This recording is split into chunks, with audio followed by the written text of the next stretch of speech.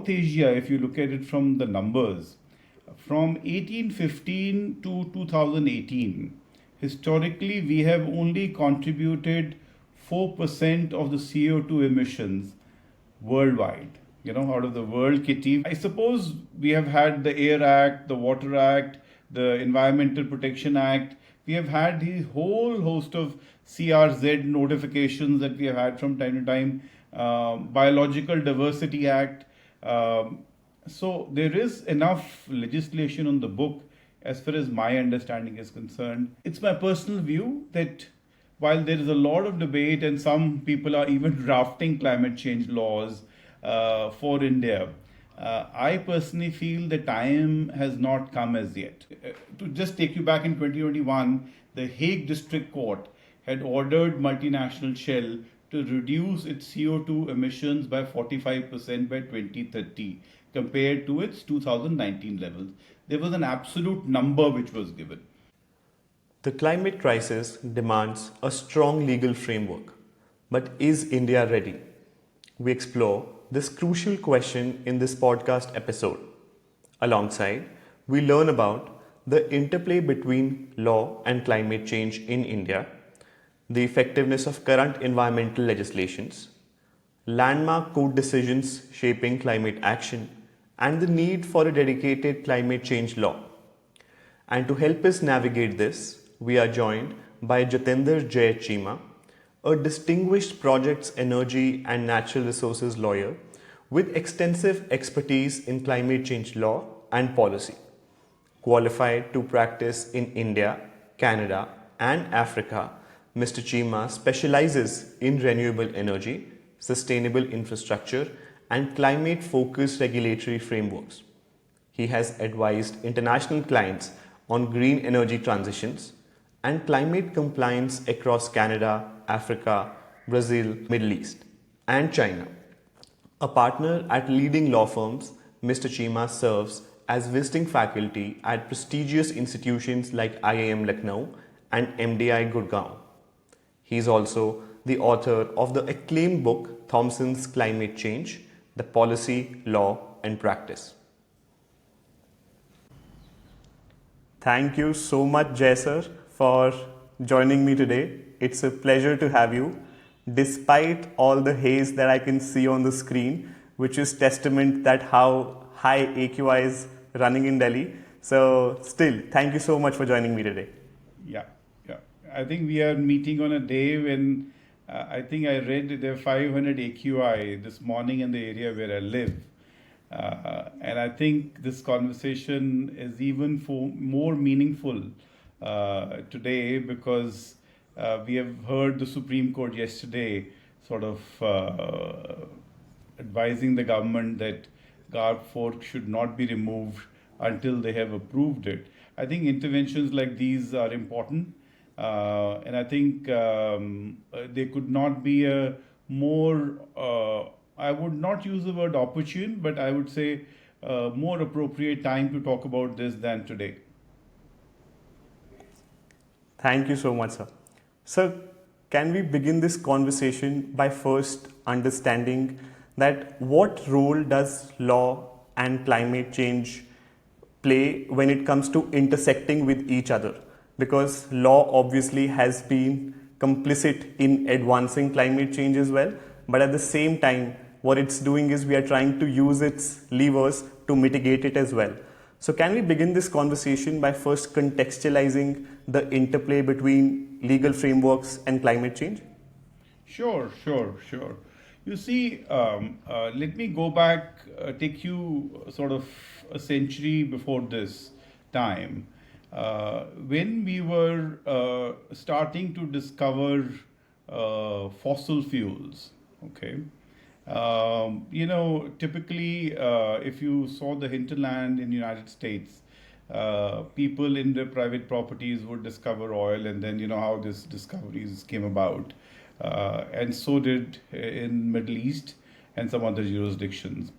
And then the state wanted to sort of structure it, and obviously make revenue out of that. So to do all that, they brought in the production sharing contracts. They developed their own oil and gas laws. If you see in the Middle East and the United States, there was these early legislations. We are in our own country had a legislation which was brought in the early 50s. So I think to any new situation, I think law plays a very, very pivotal role to structure and to make it process driven. When the UNFCCC was first signed, we did not fathom that the things would escalate to where it is today. Okay, but we have seen that various policies have come into place, and through the treaty now, leading up to domestic policies, and then the Paris Agreement. Prior to that, the Kyoto Protocol. All these from time to time have been brought. And now we are looking at countries legislating their domestic climate change laws. So I think law always plays a very, very pivotal role in evolution of any concept or any policy, so to say. So there's a huge intersection of what we are sort of bearing today and what we are experiencing in terms of our environment or climate, so to say, and law. I think it is very, very pivotal to human existence. And sir, if you would to bring this conversation home and talk a little bit about how things are evolving in India with respect to the legal and policy landscape, what would be your initial impressions of that? Personally, if you ask me, we have to look at from a historical perspective also when we talk about this debate. South Asia, if you look at it from the numbers, from 1815 to 2018, historically we have only contributed 4% of the CO2 emissions worldwide. Out of the world kitty, we have only contributed 4% of those emissions. Today, obviously, the emission levels are higher.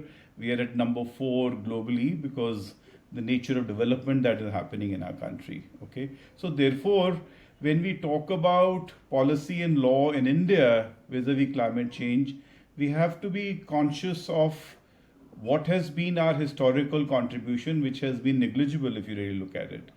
But also see that how our development goals have to be achieved. And suddenly, why are we at number 4 position, despite the fact that historically we have not emitted so many CO2 emissions? And I think there is a flavor of that in the MK Ranjitsinh judgment, which we'll talk about later on in our conversation, where the court has talked about the development of India and how to balance it against the rights of both human beings as well as the flora and fauna and the biodiversity around us. So I think it's a very, very interesting judgment, but we'll come to that a little later. So I suppose we have had the Air Act, the Water Act, the Environmental Protection Act. We have had the whole host of CRZ notifications that we have had from time to time. Biological Diversity Act. So there is enough legislation on the book as far as my understanding is concerned. It's my personal view that while there is a lot of debate and some people are even drafting climate change laws for India, I personally feel the time has not come as yet for doing that. And because we also need to balance it against the rapid development as a developing country that we are doing. And it should not happen that we sort of position ourselves in a trap where we are sort of trapped in our own legislation. So, we have to be very careful in fine tuning whenever that legislation is brought into existence. I know that 2 attempts were made. One was the climate bill in 2015, which was brought, and I think it lapsed. And then I think Mr. Jayant Sinha, as the private member's bill in 2021, brought another bill for climate related to climate, and I think that also did not go anywhere. So I think it's a subject which needs to be thoroughly debated. It needs to be thoroughly understood. It also needs to be laid threadbare in terms of matching it with our development goals also. One would not be in a position to take an extreme position on this. And I don't think it's wise either. So, from your answer, like as you've enumerated that there are different acts that are Sure. situated, which are very well equipped to deal with these circumstances. But there's also this one criticism that we often hear that the legal structure in our country about these subjects is very sectoral and fragmented. So, when we talk about climate change is essentially an interrelated problem which cuts across themes and subjects. Water is related to biodiversity in one case, and then water intersects with land use, land restoration, other aspects. Correct. Do you buy that criticism, or do you feel that that legal system right now, the way it's dealing, is equipped to deal with the interconnectedness of climate change? I think while you may have individual acts, for example, an air act, a water act, things which takes care of land and sort of seepages into the land of any kind, you may look at it from it may look that it's in the silos, but if you see the pronouncements of the court, ultimately law comes into a play field in a court of law, and how courts of law actually interpret and then sort of provide us with the roadmap in terms of what it really means, that particular section or provision of law means in terms of real terms. And each time, and it's not that one judgment has come, each time a new sort of, it's a matter in a cement sort of producer, is it a matter of a steel producer, is it a matter of an aluminium producer, is it a car manufacturing company? So every time all these laws, whatever the issue may be under a specific act, is tested before a court of law. And today we have, if you see, since 2012-13, we have now had series of sort of pronouncements from courts on climate. Okay, I think it culminates with the March judgment of MK Ranjitsinh in terms of saying that it is now right to life against adverse effects of climate change. But from time to time, we have had these issues addressed in the court of law, and courts have interpreted various legislations. Also, I can also share with you, because I've been an energy lawyer, that the regulations which sometimes we see post the pronouncement of some of these judgments are cognizant of what these pronouncements are. So I think they are weaved in. I have been involved in drafting some of the policy documents in the hydrocarbon space. So we have been cognizant of what the courts have said, and obviously we have taken that in our purview when we have drafted some clauses there. So I think there is sort of a cohesion in terms of how you shape these things in terms of policy flowing into form of some legal legislation, and then flowing regulations thereunder pertaining to climate change or environment per se. I think typically in India we have confused environment and climate change and use them interchangeably, although they are completely two different subjects altogether. It's good to know that the different branches of the government, at the end are working together, and like the results that we are getting are something with which we know we can deal with climate change. Sure. But sir, at the same, please. No, go ahead. But sir, at the same time, as we see that climate change also affects different strata of the society in different ways. Climate change effects are felt disproportionately. So for example, right now we may be very well equipped with dealing with the effects of climate change, but there's a certain section of the society which is not capable to do that. How would you assess our legal framework and our policy framework with respect to addressing these inherent inequities that we see with respect to people getting affected by climate change? See, Anirudh, that's exactly my point.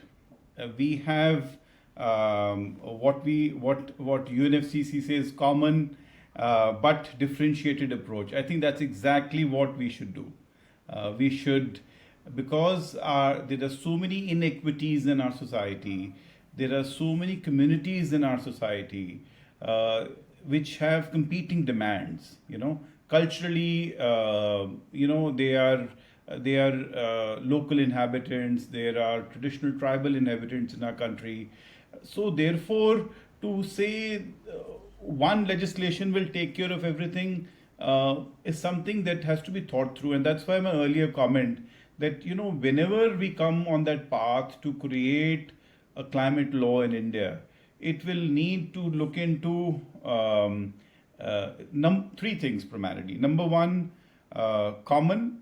The goal is that we curb the adverse effects of climate change, but a differentiated approach, because there's an economic disparity of people who are going to be subject to that law. Okay, number one. Number two is the just transition. That the transition that we are seeking, and I always give this very practical example.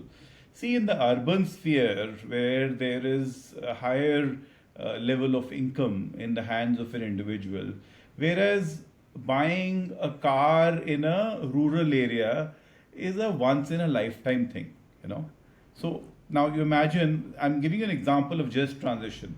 We are now in cities looking at buying EVs, or cars which can be fueled by hydrogen, or cars which can be fueled by LNG.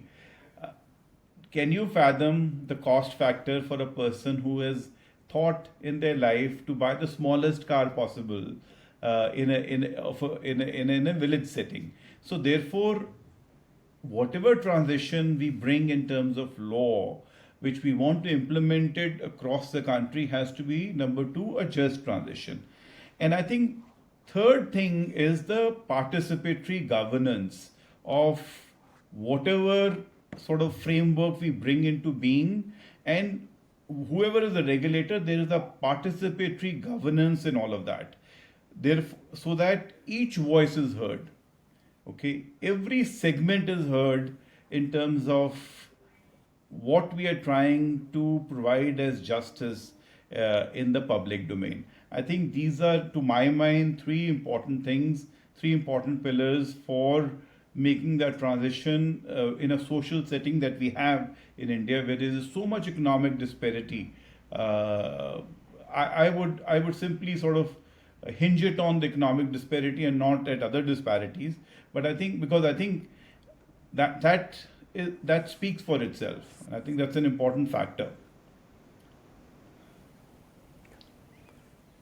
Sir, if we were to use these legal and policy framework in mind and then focus on a little bit, as you've briefly mentioned yourself, the role of courts. And I think when it comes to judicial activism, courts have predominantly taken steps with which they have tried to harmonize fundamental rights, fundamental duties, and given judgments so as to further the cause of environmental protection. Would you want to take some time and take us on a journey with respect to how do you see the role of courts in protecting the environment, and of course, which means mitigating climate change effects as well?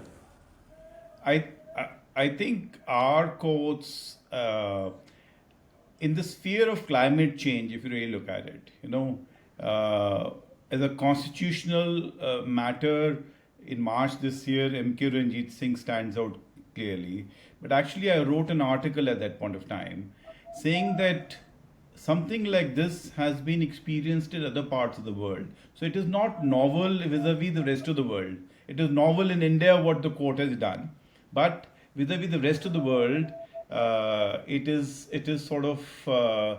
is something which is part of a process that is rolling out across the world.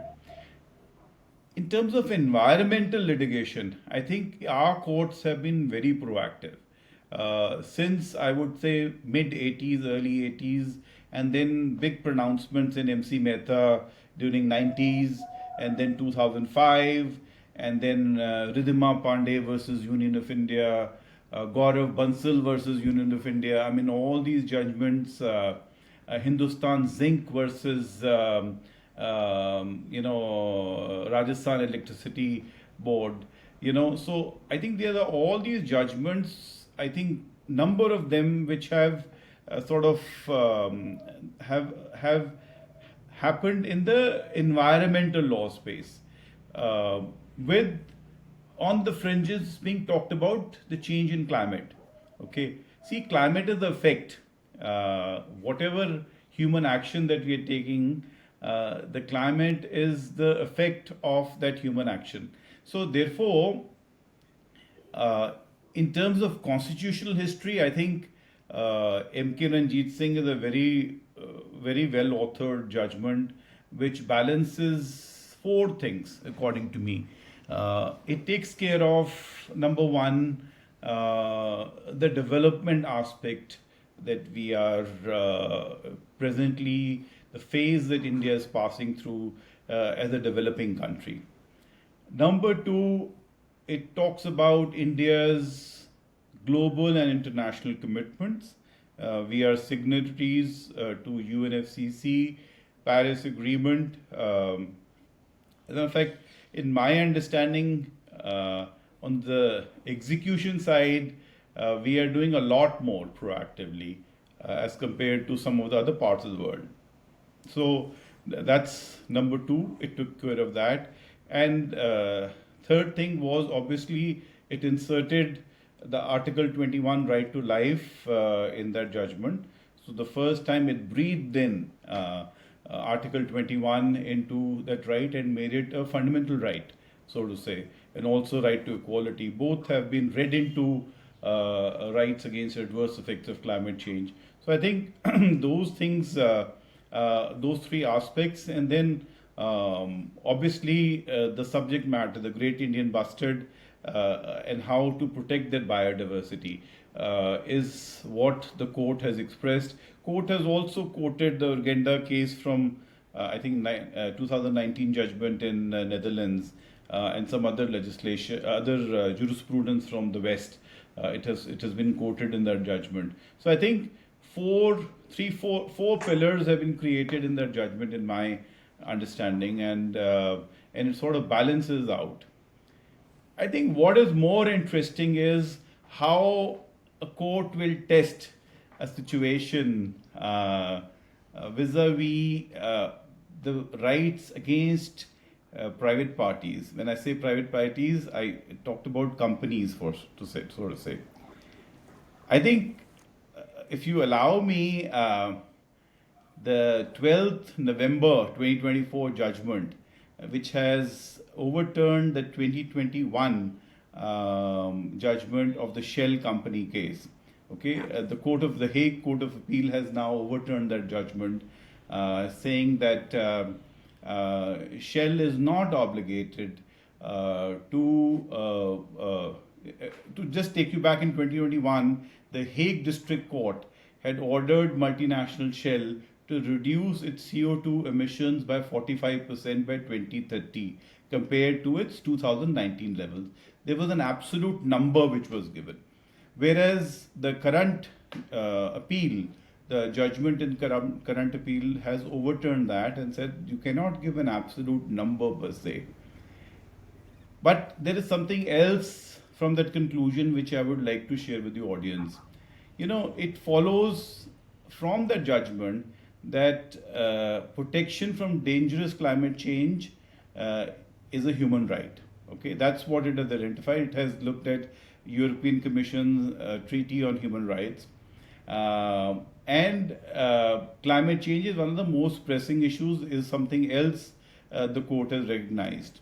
Okay, it has also said primarily legislators and governments to take measures to minimize dangerous effects of climate change. and also being said that companies, including Shell, may have responsibility to take measures to counter dangerous effects of climate change. Now, a very interesting concept, and I was going to come and speak about this a little later in our conversation, but since it's here, we might as well deal with it. See, our jurisprudence in India has primarily focused on the polluter's pay principle. Okay, our courts have also provided there are certain doctrines over a period of time that our courts have developed. Precautionary principle has also been brought into our jurisprudence. Duty of care with MK Ranjitsinh, I think you can read that in as a doctrine which has been now pronounced. I think the fourth aspect which the Court of Appeal in Hague has done is it's called the social standard of care.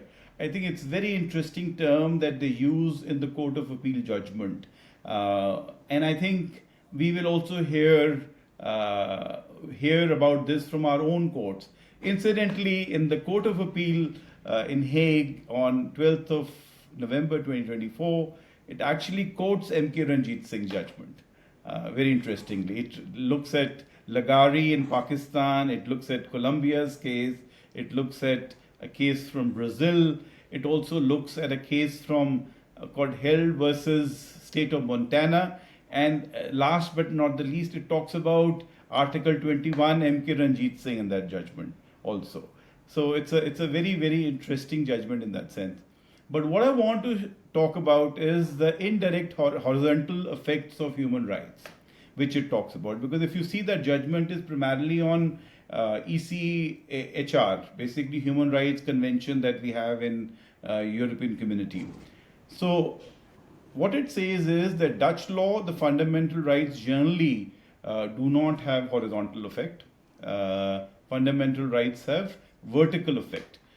Which means basically citizen vis-a-vis the government relationship. This does not alter the fact that the values embodied in fundamental rights are of such great importance to society as a whole that such rights can be invoked, at least to some extent, by citizens in their relationship with regard to a private company. So this is, I think, something outstanding, that the indirect horizontal effect of human rights has been now read in as a principle, read into as a constitutional right, not one which you hold against the state, but also against a private party. I think it'll be interesting to see what our own Supreme Court will pronounce on this in times to come. But it's a very interesting development in climate change jurisprudence, according to me, that such an introduction has been done between a citizen and a private company.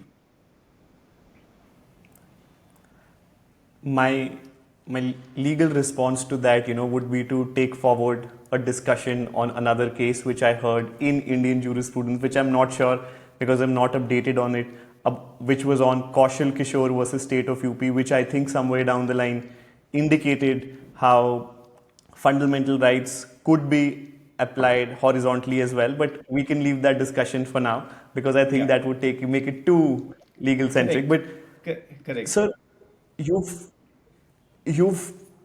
painted like a picture with respect to how courts have been working in the proactive approach they have been taking, and also with respect to what's happening in the international community.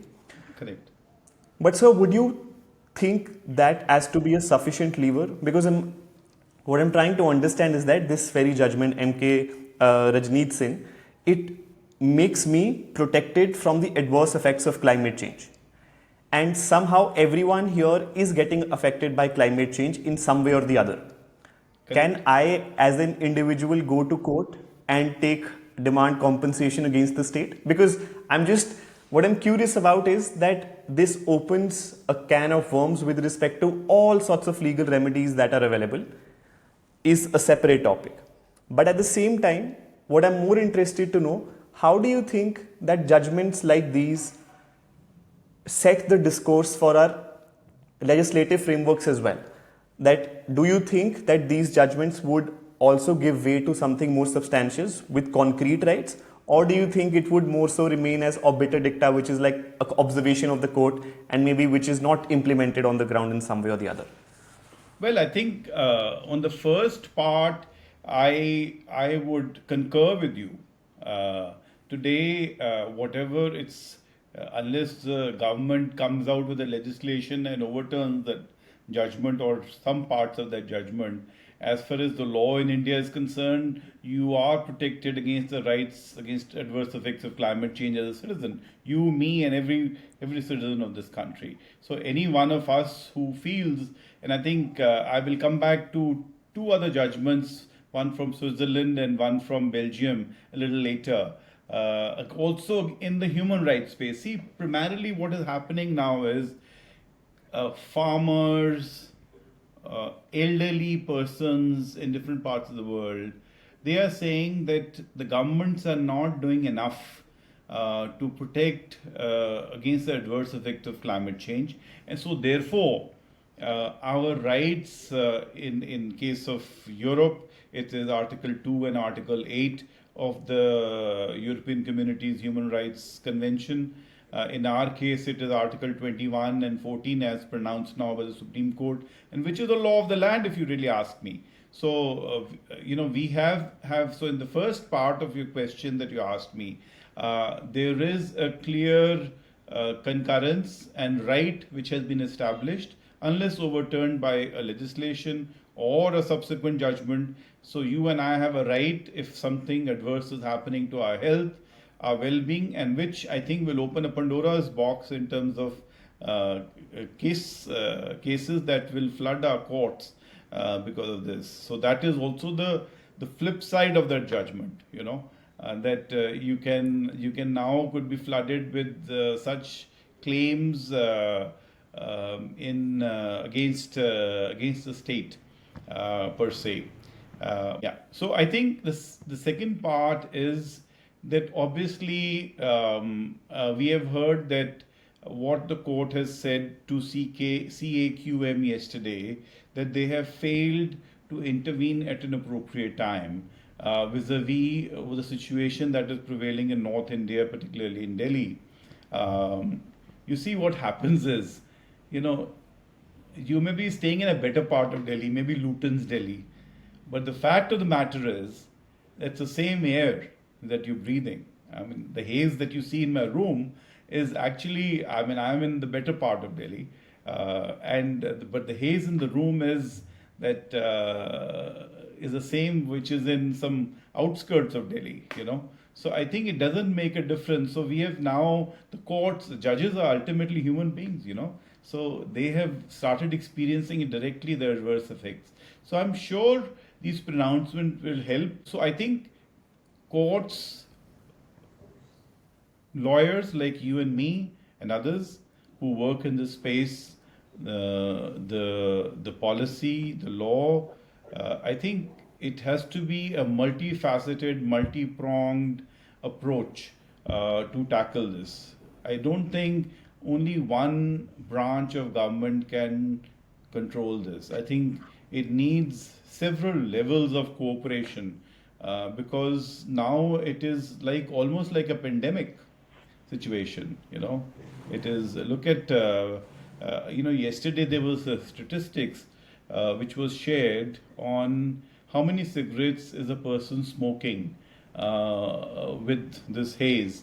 And for Delhi, it was 40 cigarettes a day with this sort of quality of air. So, I'm sure people have had adverse effects on their health with people going to hospitals and other situations.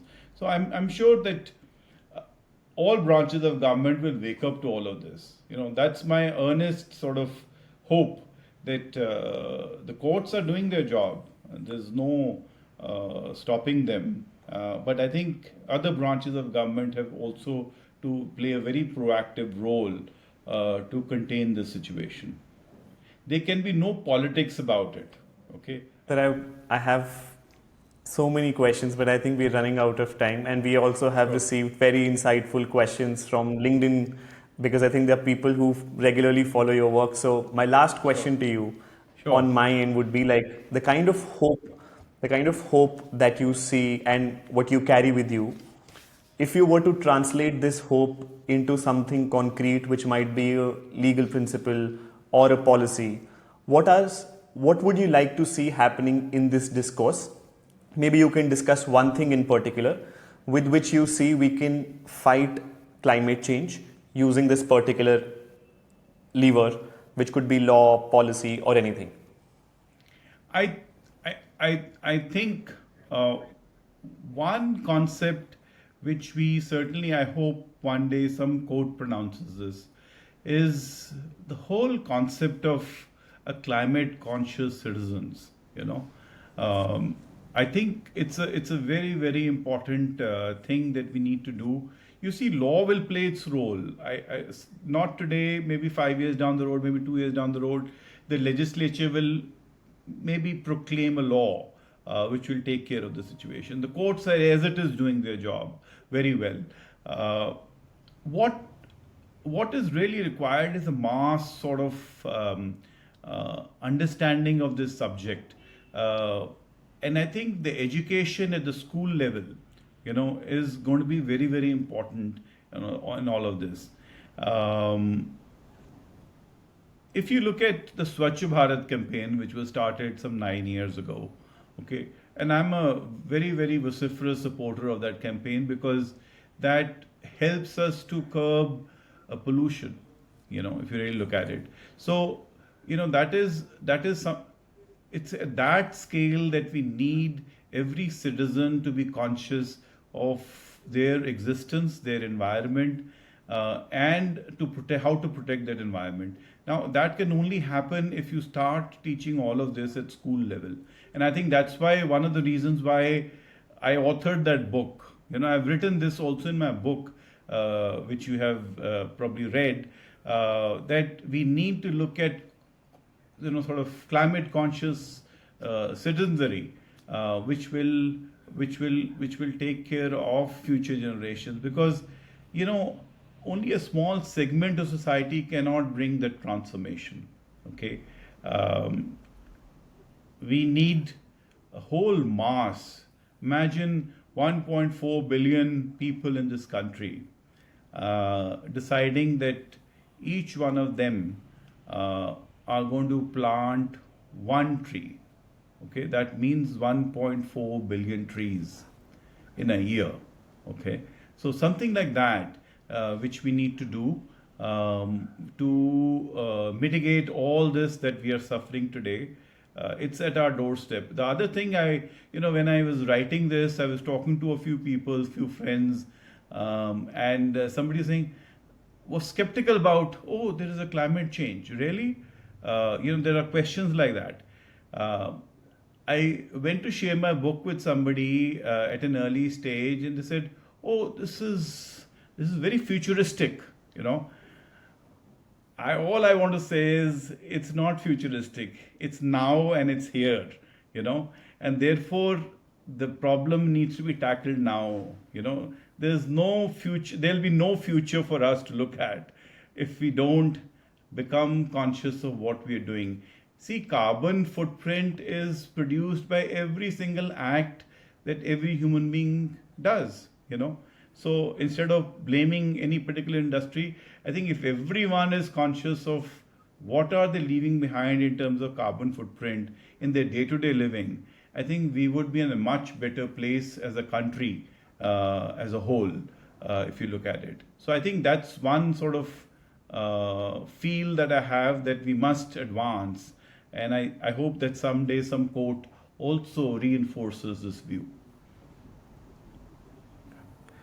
And I think I was also reading your recent article when it came to rights of nature and the kind of thought process that movement as such tries to profess, which is on climate conscious living. So Correct. Yes, hopefully there are different stands, which gain momentum. So we are running out of time, and I have 3 questions, but I think you've already answered one question. And Simran, who has posed 2 questions, is a good friend, so I think she'll forgive me if I miss out one question. But her one question is very pertinent, and I can pose that question to you.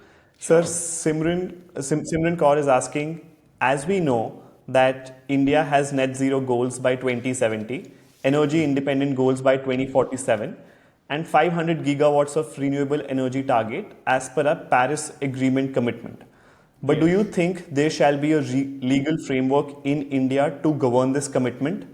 We only have our environmental laws to fall back on to resolve to climate change litigation. But then, when will we have our own climate change legal framework? I think you've answered the second segment, but would you want to deal with the first segment, which deals with articulating these commitments into laws? Sure, sure. So I think whenever that happens, you see, when nothing is on the table, no one should always articulate the principles that are required to frame anything in the future. So what are those principles is something that we must look at.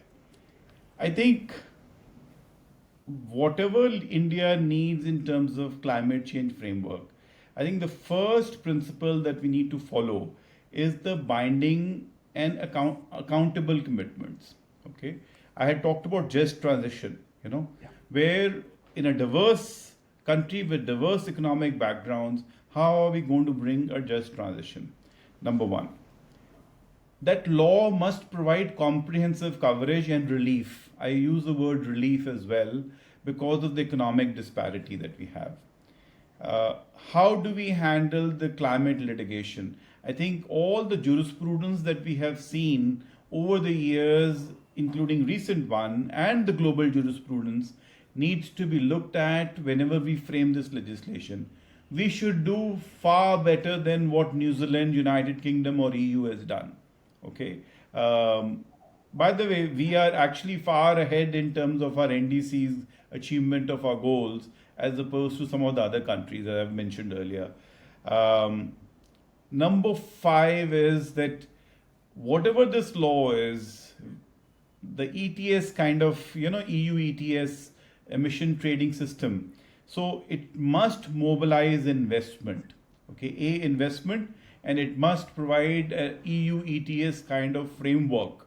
I think there is something in existence, but if you want to sort of make it more comprehensive, but so because without money, none of this would be achievable.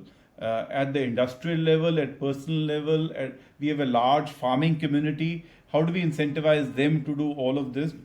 And I think the fifth element of this law should be that it should not only meet our expectations but also meet global expectations, meaning our commitments under international treaties and conventions that we have signed. So I think these are the 4 or 5 pillars that we need to look at in terms of developing our legislation, a future legislation per se. We already know what is an existing legislation that we have. So I didn't want to focus too much on that. But in terms of what should be the broad principles that we must follow, just transition is very, very important. Okay, in this, all of this. And common but differentiated approach, which UN itself has provided us. I think that should be imbibed in our law. Thank you so much, sir, for all these insights, for enumerating these case laws and bringing everything together in such a coherent way. I am hopeful that all these branches of our governments can work in tandem and at first give you relief from the haze that I see on the screen, and at the second, protect anyone and everyone who's facing the adverse effects of climate change. Thank you very much. And I fully concur with the last comments that you made. We hope and pray that we are able to come out with a framework which protects human life. Ultimately, it's human life that we need to protect.